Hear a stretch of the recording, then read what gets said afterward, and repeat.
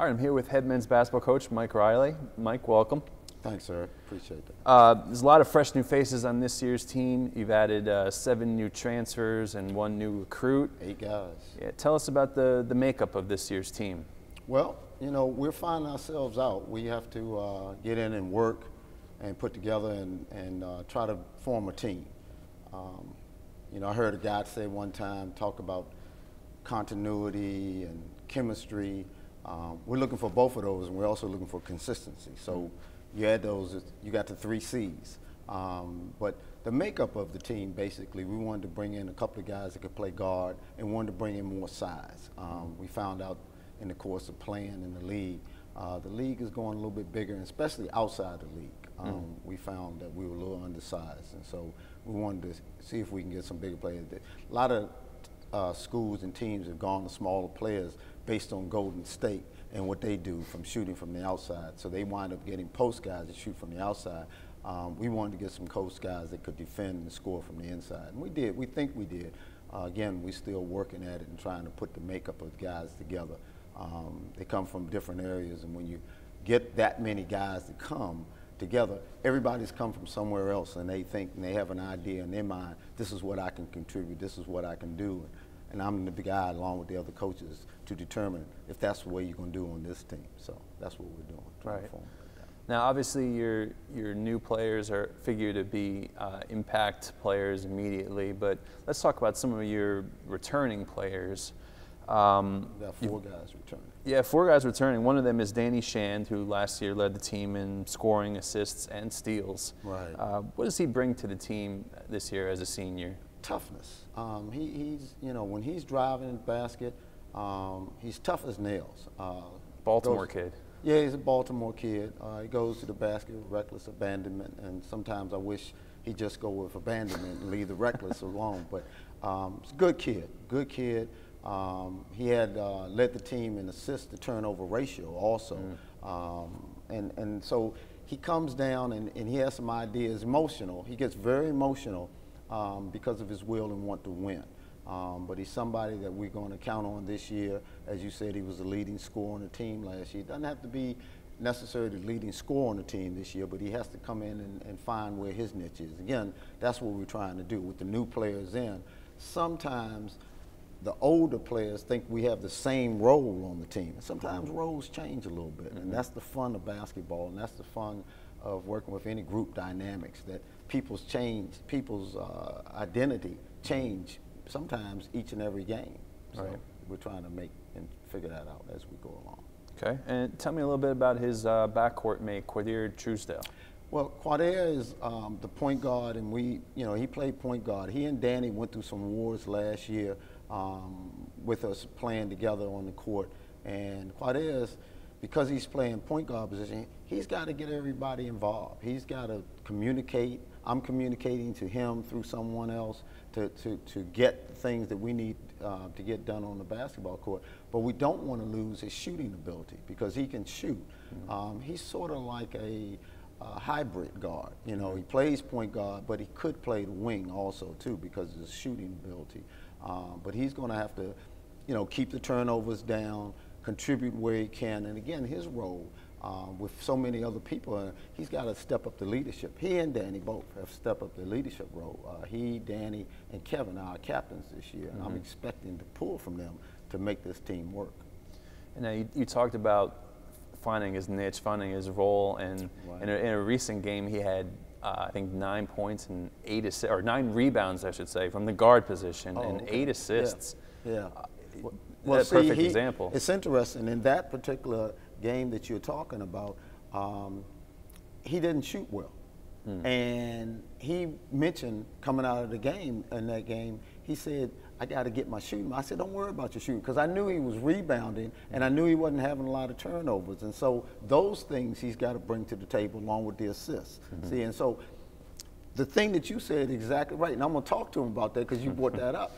But if you bring in certain things to the table, that's fine. You don't have to be the guy to score. I just said we needed scoring. But on this particular night, he wasn't scoring as well, but he did bring some other things. If you're just doing that one thing, then that's where the issue is a lot of times. So he did bring 9 rebounds, I think is a record for him, by the way. You also mentioned Kevin Cox. He's a senior who came to UDC by way of Kingsborough, Right. Kingsborough Community College. He's from Grenada. What can you tell me about Kevin? Well, Kevin, you know, the one thing that Kevin brings to the table every night is rebounding.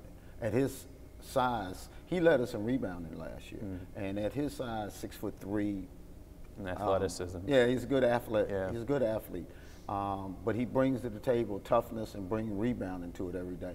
He can stroke it also, but his leadership ability is the thing that we're looking for again, is for him to, you know, talk to the other kids.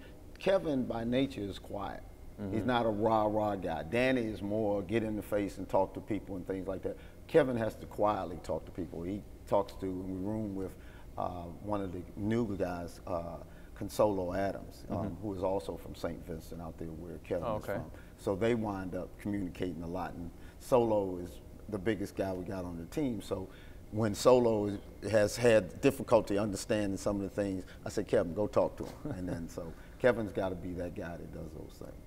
Okay. And then lastly, there's a returning junior forward from right down the road in Landover, Maryland, Isaiah Robinson. Yeah, Isaiah is like the glue guy on the team. You know, he can talk to the big guys, he can talk to the guards. He has, and I gotta say, he has probably worked as hard as any player that we have since the season began. Come in, go to the weight room, come in. I come in here early in the morning sometimes, he'll be in here. I say, Isaiah, you got class now, you gotta make sure you're doing your academic. But he's been working on basketball extra hard, and he deserves an opportunity and shot. If we can help him to get that, we definitely will do that. But he's the glue guy, and you know, he has the same temperament all the time, going around talking to people, and I can hear him in the background say, come on, y'all, we got to box out, or come on, guys, we got to get that extra pass. So when you have people like that, you trust those people that's on the bench. What they're saying to the other guys are always positive, and that's what he is, a very positive person. You touched a little bit about, you know, off-season preparation. I'd like to hear a little bit more. What do you have them do in the summer and when they get back here in the fall? Well, under NCAA rules, it's limited what I can actually have them do. We talk about the things that they need to work on during the summer. Getting stronger would be, and if, you know, guys are ball handling, but everybody needs to be able to pass the ball and handle the basketball, so they need to work on that. And the more opportunities they get to play is always good, but just playing, need to drill and play. Now, when they get back to school here, again, under NCAA rules, they give us time frames that we can actually work them out.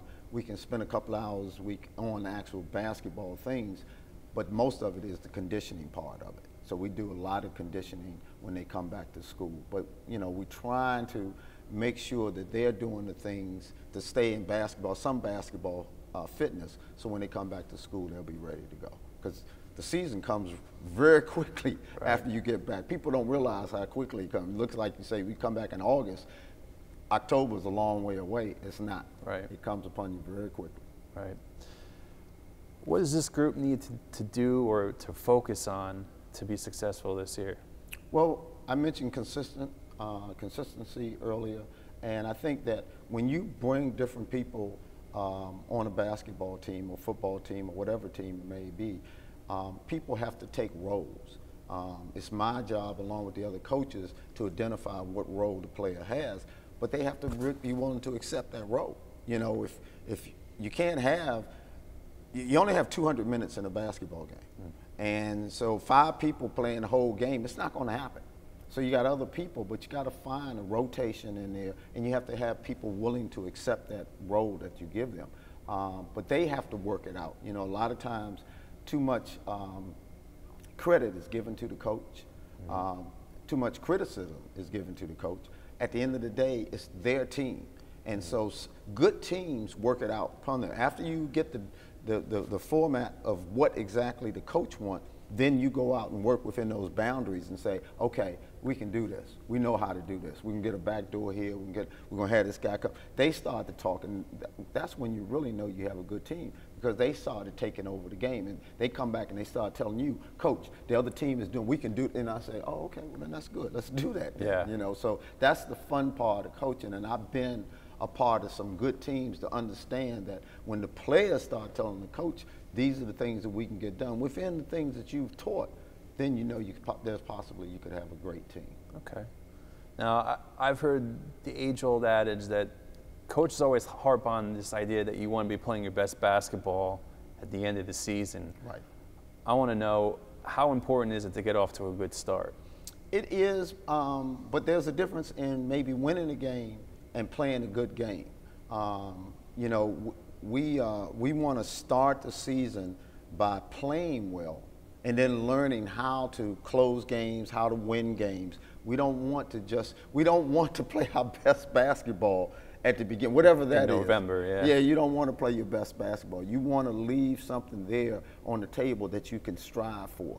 And I think you do want to see improvement each day. And sometimes you do. And I think one of the things I have to work on is making a big deal of maybe a little bit of an improvement. I've got to say, yeah, that's what we got to do. That's what we want when something good happens, because I may say, well, that's good, but then we got to do this also. And so really, you don't want the negative in there along with the positive. You want the positive to stay by itself, at least to build on. It's to build on. Right. And I actually, I've said in the past, every year that I've been a coach, I've always learned to try to be a better coach. You know, I come in every season that this year, this is what I'm going to do different. This is what I'm going to do, and I'm going to try to be a better coach, because I think you can always be a better person, and within being a better person, you can be a better coach.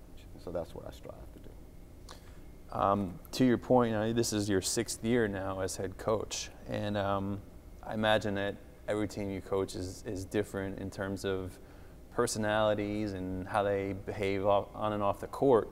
Right. What's different about this year's team? You know, I think you're right. There's a lot of different personalities, but some of the issues are the same. Mm-hmm. You know, in 30 years of doing this, I think you have some of the same issues with people wanting to plan or what they perceive as themselves, as opposed to maybe what you see or maybe what you think their role is and what they think their role, and then how they blend in with other players. And everybody can't do everything on the court, although in their mind a lot of times people think they can do everything. And so you put them out on the court and you start to tell them, stay within your realm, stay within your swim lane. And they sometimes get out of that. And so the more we can keep people to do what they do well on a basketball court, we can be more successful as a team as opposed to individually being better. So that's what we strive to do, and I dream about that perfect. We're not a perfect team. I'm not a perfect coach. We strive for that every day, hoping that we get a little bit better the next day. And the next day as we come in here to work at it, and hopefully during the process of it, that would make us a better team. Right. All right, well, we wish you the best of luck this year. I appreciate it, Eric. Thanks a lot. All right. All right.